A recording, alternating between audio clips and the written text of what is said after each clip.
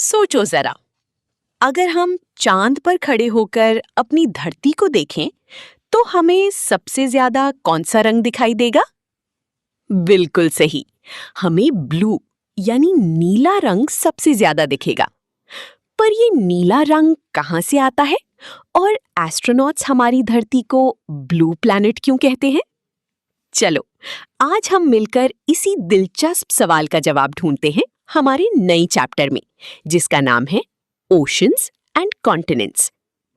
आज हम देखेंगे कि हमारी धरती पर कितना पानी है और कितनी जमीन। हम उन बड़ी लैंड मासेस यानी कॉन्टिनेंट्स के नाम जानेंगे और समझेंगे कि ओशंस हमारी जिंदगी के लिए क्यों जरूरी हैं। जूल्स वर्न ने एक बार कहा था कि ओशन ही सब कुछ है।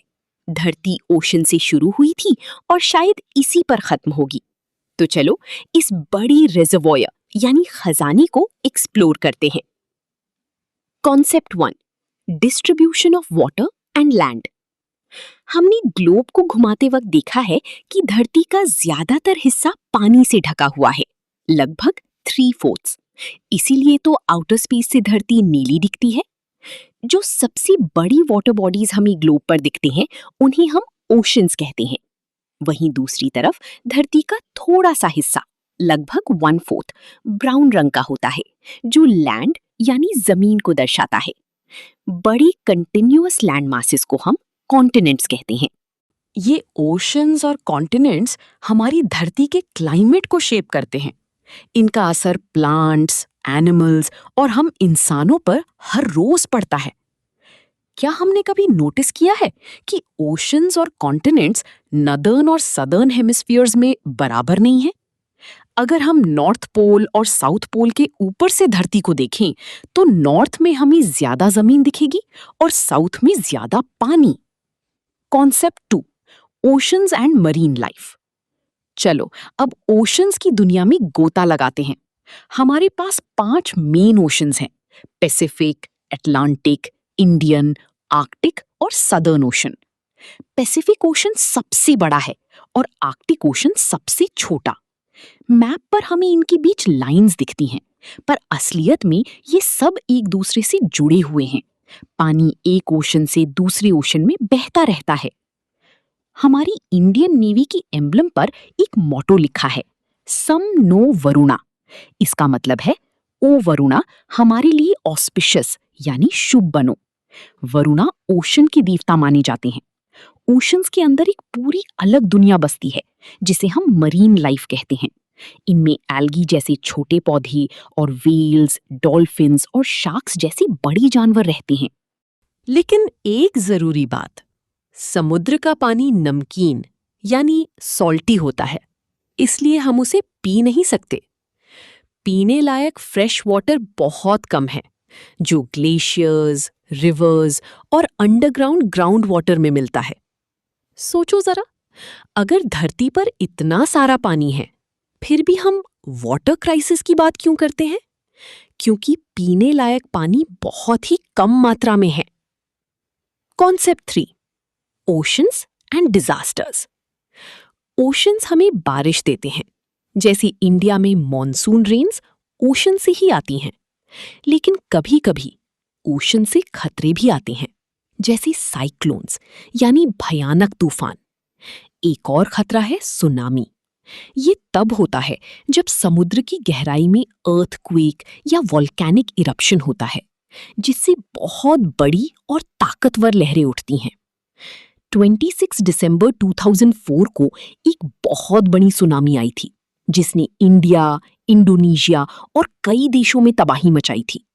इंडिया में अंडमान एंड निकोबार आइलैंड्स और तमिलनाडु की कोस्ट पर बहुत नुकसान हुआ था। अब हमें पहले से वार्निंग देने के लिए अर्ली वार्निंग सिस्टम्स हैं। इंडिया में national disaster management authority NDMA हर तरह के डिजास्टर से निपटने में मदद करती है। Concept 4, continents and islands. अब हम जमीन की बात करते हैं। कॉन्टिनेंट्स को कई तरीकों से काउंट किया जा सकता है, पर सबसे ज्यादा हम 7 कॉन्टिनेंट्स को मानते हैं। ये हैं Asia, Africa, north America, south America, Antarctica, Europe और ऑस्ट्रेलिया। एशिया सबसे बड़ा कॉन्टिनेंट है और ऑस्ट्रेलिया सबसे छोटा। क्या हमने कभी ओलंपिक रिंग्स देखी हैं? वो 5 इनहैबिटेड कॉन्टिनेंट्स को रिप्रेजेंट करती हैं। अफ्रीका, अमेरिका, एशिया, ऑस्ट्रेलिया और यूरोप। कुछ लोग यूरोप और एशिया को मिलाकर एक ही लैंडमास मानते हैं, जिसे यूरेशिया कहते हैं। एंटार्क्टिका एक बहुत ही ठंडा कॉन्टिनेंट है जो हमेशा बर्फ से ढका रहता है। इन बड़े कॉन्टिनेंट्स के अलावा धरती पर लाखों छोटे लैंड मासेस हैं जो चारों तरफ से पानी से घिरे होते हैं। इन्हें हम आइलैंड्स कहते हैं। ग्रीनलैंड दुनिया का सबसे बड़ा आइलैंड है। हमारी इंडिया के पास भी 1300 से ज्यादा आइलैंड्स हैं, जैसे बे ऑफ बंगाल में अंडमान एंड निकोबार और अरेबियन सी में लक्षद्वीप। इंडिया ने 1981 से एंटार्क्टिका को एक्सप्लोर करना शुरू किया और वहां अपना पहला रिसर्च स्टेशन बनाया, जिसका नाम है दक्षिण गंगोत्री। वहां हमारे साइंटिस्ट्स रहते हैं और क्लाइमेट चेंज पर रिसर्च करते हैं। पता है, उस सेटलमेंट में एक लाइब्रेरी और एक पोस्ट ऑफिस भी है। Concept 5, protecting our oceans. Oceans हमारे लिए कितनी जरूरी हैं, इसका अंदाजा लगाओ कि हमारी धरती की आधे से ज्यादा ऑक्सीजन इन्हीं ओशन से आती है। इसीलिए ओशंस को प्लैनेट्स लंग्स यानी धरती के फेफड़े कहा जाता है। लेकिन आज ओशंस खतरे में हैं। हम हर साल लाखों टन प्लास्टिक कचरा पानी में फेंक देती हैं, जिससे मरीन लाइफ घुट रही है। ओवरफिशिंग से भी फिश की संख्या कम हो रही है। हम सब की जिम्मेदारी है कि हम ओशंस को बचाएं। यूनाइटेड नेशंस ने जून 8 को वर्ल्ड ओशंस डे अनाउंस किया है, ताकि हम ओशंस की इंपॉर्टेंस को याद रखें।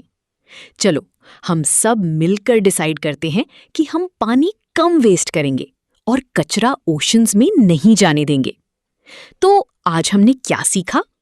धरती का 3/4 हिस्सा पानी यानी ओशंस है और 1/4 लैंड यानी कॉन्टिनेंट्स। 5 ओशंस हैं, जिसमें पैसिफिक सबसे बड़ा है। 7 कॉन्टिनेंट्स हैं और एशिया सबसे बड़ा है।